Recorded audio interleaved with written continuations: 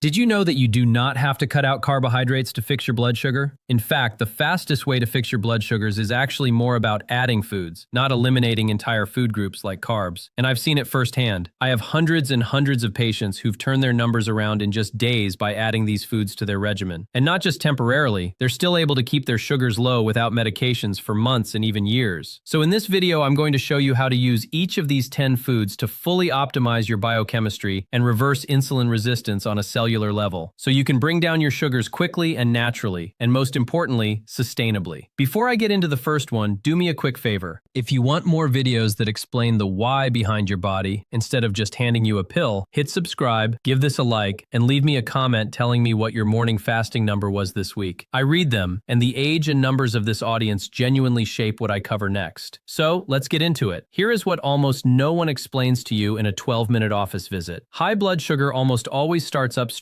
with a hormone called insulin. Insulin is the hormone that unlocks your cells, so glucose, that is the sugar in your blood, can get out of your bloodstream and into the cell where it belongs. When you have spent years riding the blood sugar roller coaster, your cells stop answering the door. The insulin knocks and knocks, and the cell stays shut. We call that insulin resistance. Your pancreas pumps out more and more insulin to compensate, your blood sugar climbs anyway, and the standard answer is a prescription that pushes even more insulin into a system that is already drowning in it. The system makes money when you stay sick, not when you get well. That is economics, not malice. There is no revenue and no time on a short office visit to teach you how food talks directly to your insulin receptors, so I am going to. My name is Dr. William, and every one of these 10 foods does one of 3 jobs. It slows the sugar coming in, it cools the inflammation that keeps your cells deaf to insulin, or it wakes the insulin receptor back up so your own body does the work it was designed to do. You do not have to do all 10 tomorrow. Add them in over the next couple of weeks and stack them. Let me show you the first one. The first food is fenugreek seeds. These are small, hard, amber-colored seeds, and you can find them in the spice aisle of almost any grocery store for a couple of dollars. If you ignore this one because it sounds exotic, you are walking past one of the most powerful blood sugar tools on the shelf, and it costs less than your coffee. Here's what fenugreek does inside you. The seed is packed with a soluble fiber called galactomannan. When it hits the water in your stomach, it swells into a thick gel, and that gel physically slows how fast your stomach empties carbohydrates into your small intestine.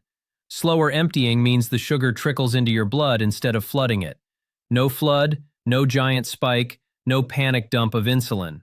On top of that, fenugreek carries an amino acid that nudges your pancreas to release insulin more efficiently and helps your muscle cells take up glucose. In my own practice, I have watched fasting numbers come down within a week or 2 on this alone. To use it, take 1 teaspoon of the whole seeds and soak them in a glass of water overnight. In the morning, drink the water and eat the softened seeds before breakfast. If the slightly bitter taste is too much, grind them and stir a half teaspoon into yogurt, or sprinkle it over your eggs. Start low. This fiber is strong, and your gut needs a few days to adjust.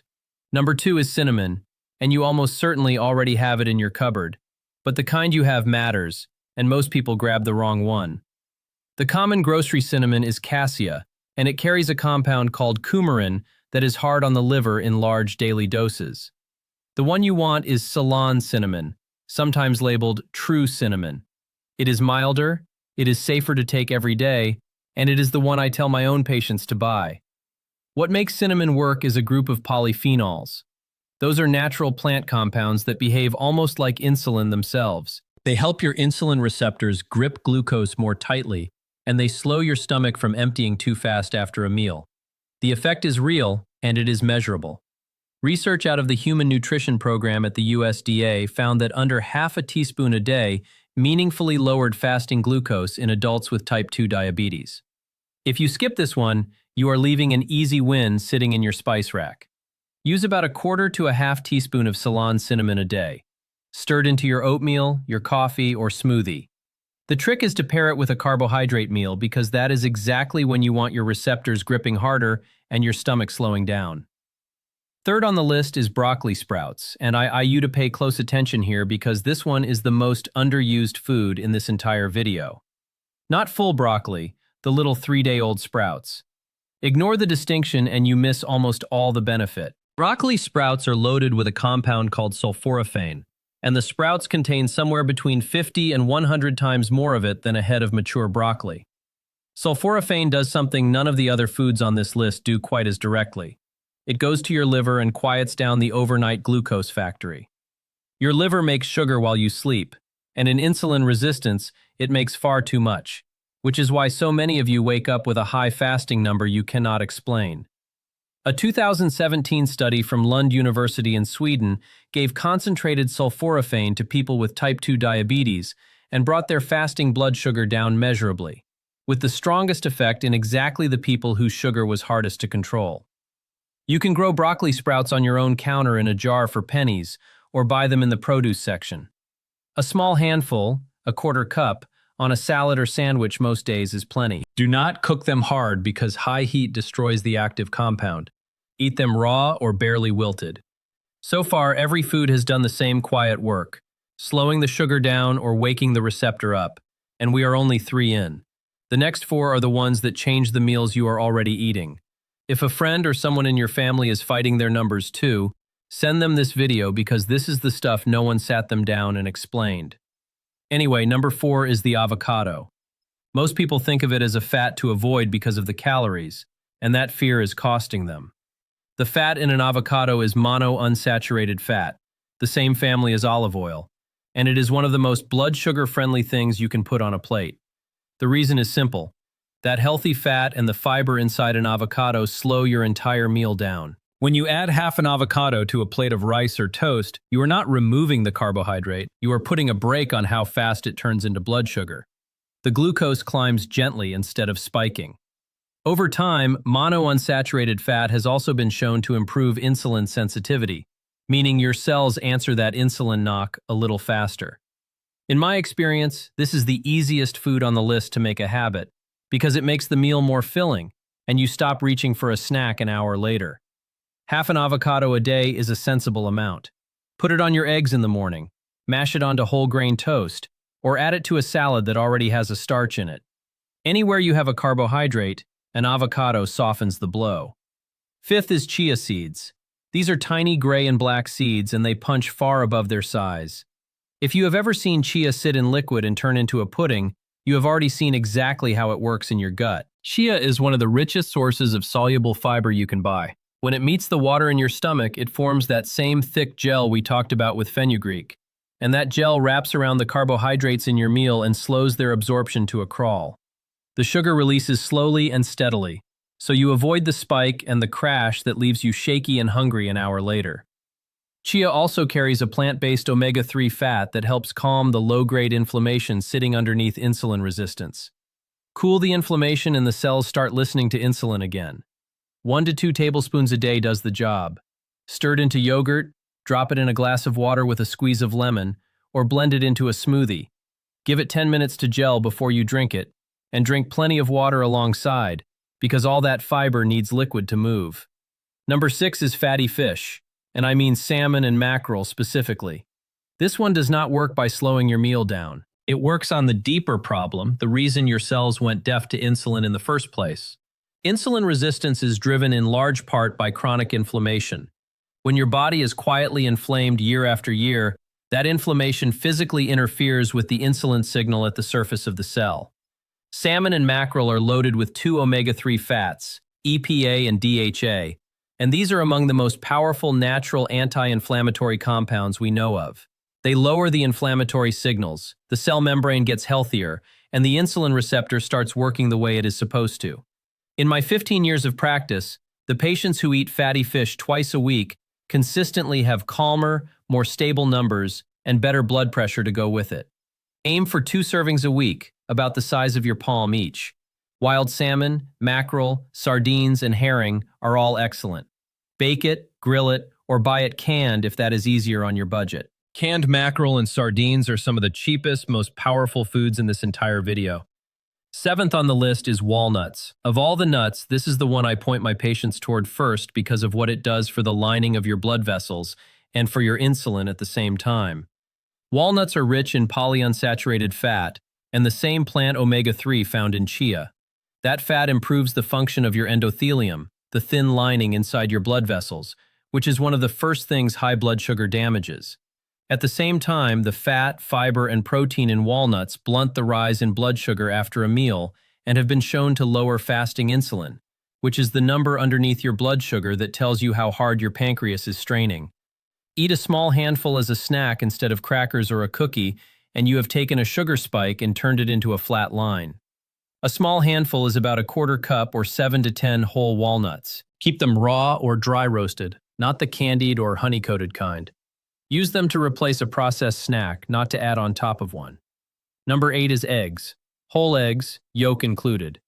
For years, people were told the yolk was the enemy, and that bad advice pushed folks toward sugary breakfast cereals that were far worse for their blood sugar. Let me set that straight.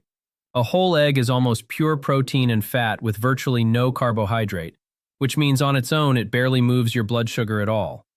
But the real magic is what doctors call the second meal effect. When you start your day with eggs instead of toast or cereal, you steady your blood sugar not just at breakfast, but all the way through to lunch. You walk into your next meal with calmer numbers and a smaller spike. The protein and fat also keep you full, so the mid-morning cravings that send you toward the cookie jar quietly disappear. In my practice, swapping a cereal breakfast for 2 or 3 eggs is one of the single fastest changes I see on a morning glucose reading. 2 or 3 whole eggs in the morning is a solid target for most people.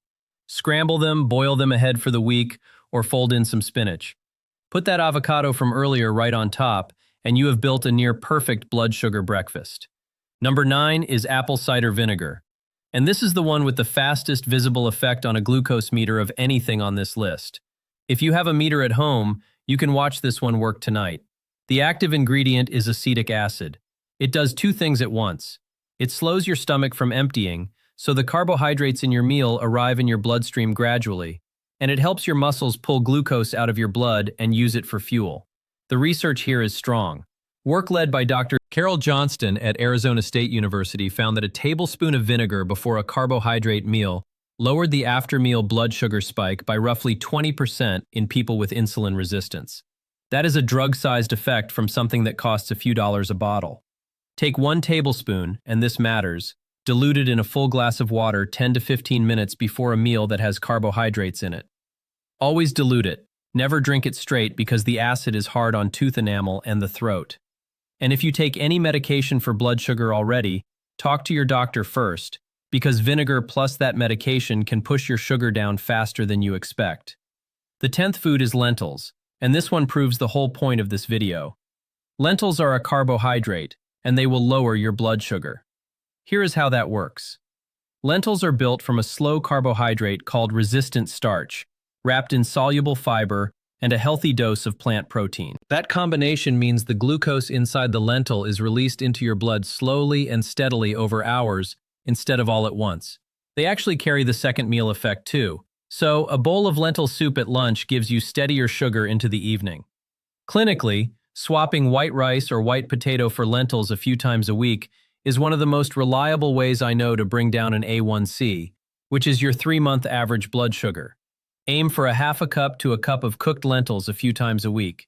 Use them in a soup, a stew, or a cold salad with that olive oil, and a splash of the vinegar we just covered. They are filling, they are cheap, and they stretch a meal further than almost anything else. Let me tell you about someone I will call Donna. 63 years old, recently retired, came to me frightened because her fasting sugar was sitting around 180, and her doctor had just told her it was time to add a second medication. She did not want to spend the rest of her life climbing the medication ladder, and she was scared of where this was heading because she had watched her own mother lose toes and then her eyesight to this same disease. We did not cut her carbohydrates to nothing. We added eggs and avocado in the morning instead of cereal, a tablespoon of vinegar before her bigger meals, lentils swapped in for the white rice, walnuts instead of the afternoon cookie, fatty fish twice a week, cinnamon in her coffee, and broccoli sprouts on her sandwich at lunch. Within the first week, her fasting numbers started dropping. Within 3 months, working alongside her own doctor, she had come down off that second medication entirely, and her A1C had moved from the diabetic range back toward normal. 2 years later, it is held. She did not starve herself. She ate more food, just the right food, and her own body did the rest. So let me tie all 10 of these together, because this is the reason they work when cutting carbs alone fails. Every one of these foods is handing your insulin its job back without starving you. The fiber foods slow the glucose down so your pancreas never has to panic. The fish, the walnuts, and the chia cool the inflammation that was jamming the signal. The cinnamon and the vinegar walk right up to the insulin receptor and help it grip again. Do that meal after meal, day after day, and the cell that stopped answering the door slowly starts opening it on the first knock again. That is what reversing insulin resistance means at the cellular level. And once it happens, your body holds your sugar down on its own, which is exactly why Donna's number stayed low for 2 full years. Before I give you tonight's plan, I need to draw one clear line. If you are on insulin or a sulfonylurea, one of the older blood sugar pills, these foods can lower your sugar fast enough that your medication dose may suddenly be too high, and that can drop you into a low. So add these foods with your doctor watching your numbers, and let them walk your medication dose down as your body improves. Do not stop any prescription on your own. Bring this list to your next appointment instead. So here's what to do tonight. 5 simple steps. 1. Tomorrow morning, replace your cereal or toast with 2 or 3 whole eggs and half an avocado. That single swap changes your blood sugar for the entire day. 2. Tonight, soak a teaspoon of fenugreek seeds in a glass of water and drink it first thing in the morning. 3. Buy Ceylon cinnamon, not cassia, and start a 1/4 teaspoon a day in your coffee or oatmeal. 4. Before your biggest carbohydrate meal tomorrow, take 1 tablespoon of apple cider vinegar in a full glass of water 15 minutes ahead. 5. This week, swap white rice or white potato for lentils at least twice and put fatty fish on the menu 2 nights. Stack these in over the next 2 weeks. You are not removing the foods you love. You are adding the foods that protect you. Now, everything we did today brings your sugar down during the day and after your meals, but a huge number of you have told me the same strange thing, that your highest reading of the whole day is first thing in the morning before you have eaten a single bite. You fasted all night and your sugar went up anyway. There is a specific reason your liver does that while you sleep, and there is a way to shut it down. I made a video that explains exactly what is happening overnight and how to wake up to a lower number. I will put it right here on the screen. Go watch that one next and I will see you there. Dr. William.